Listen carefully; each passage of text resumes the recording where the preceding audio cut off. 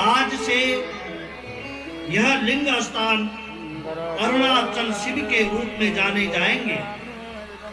अत्र ततम हुतम जातम सर्वकोटि गुणम भवे।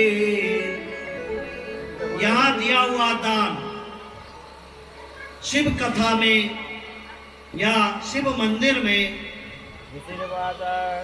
जो भी दान दिया जाता है उसका कोटि गुण फल प्राप्त होता है। यहाँ जो निवास करेगा अथवा यहाँ किसी की यदि मृत्यु भी हो जाए तो उसे मोक्ष प्राप्त हो जाता है। शिवलिंग की स्थापना ही मुख्य है। मूर्ति की स्थापना उसकी अपेक्षा गौण है। शिवलिंग के अभाव में कोई भी स्थान वो मूर्ति युक्त होने पर भी शिव मंदिर नहीं कहलाया जाता है। किसी भी मंदिर में मूर्तियां लगी हुई हैं और यदि वहां शिवलिंग की स्थापना नहीं हुई है तो वह मंदिर अधूरी मानी जाती है।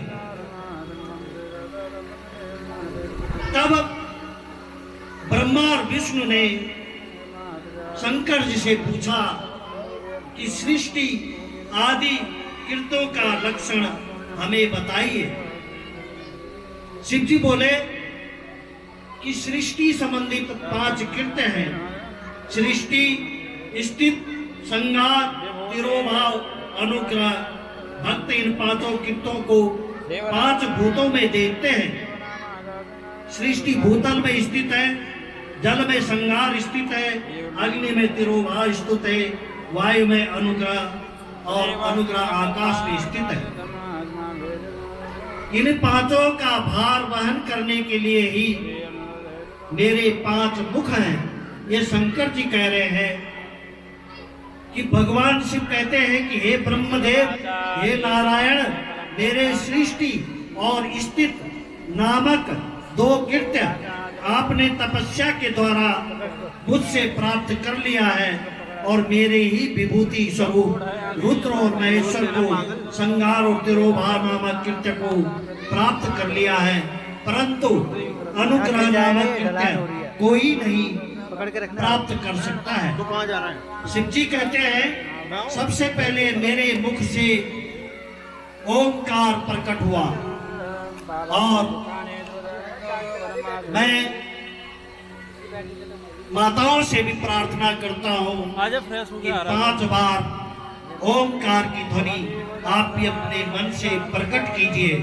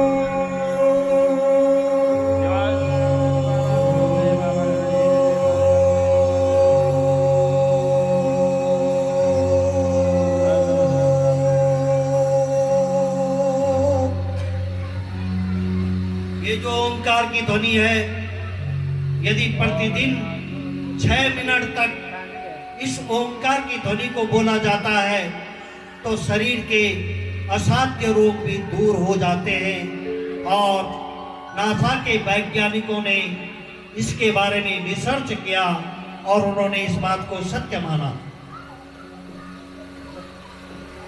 और इसमें कहा भी गया कि एक घड़ी आधी घड़ी क्या बोलते हैं मोनू जी?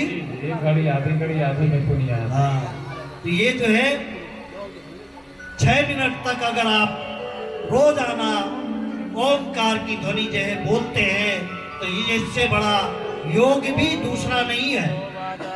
सारे शरीर की नसें खींच जाती है और असाध्य रोग दूर हो जाता है। भगवान भोलानाथ कहते हैं कि सबसे पहले मेरे मुख से ओम प्रकट हुआ, फिर ओमकार से ही पंचाक्षर मंत्र की उत्पत्ति हुई, नमः शिवाय, और ओम लगा करके ये 6 अक्षरों का हो जाता है। यह शिव पंचाक्षर मंत्र है। पंचाक्षर मंत्र से त्रिपदा गायत्री प्रकट हुई और गायत्री से ही संपूर्ण वेद प्रकट हुए। अंत में भगवान शिव ने ब्रह्मा विष्णु को मंत्र दीक्षा दी तथा ब्रह्मा और विष्णु जी ने सदा शिव की स्तुति की। नमो निष्कल रूपाय, नमो निष्कल तेज से, नमो सकल नाथाय, नमस्ते सकलात्मने, सकलाकाल रूपाय संभवे गुरुवे नमः, इति स्थिता गुरु पद में ब्रह्म विष्णु च देवता। भगवान ब्रह्मा और विष्णु बोलते हैं, हे प्रभु, आप सबकी आत्मा है, ब्रह्म है, आपके सकल और निष्कल 2 स्वरूप हैं। लिंग जो है निराकार है और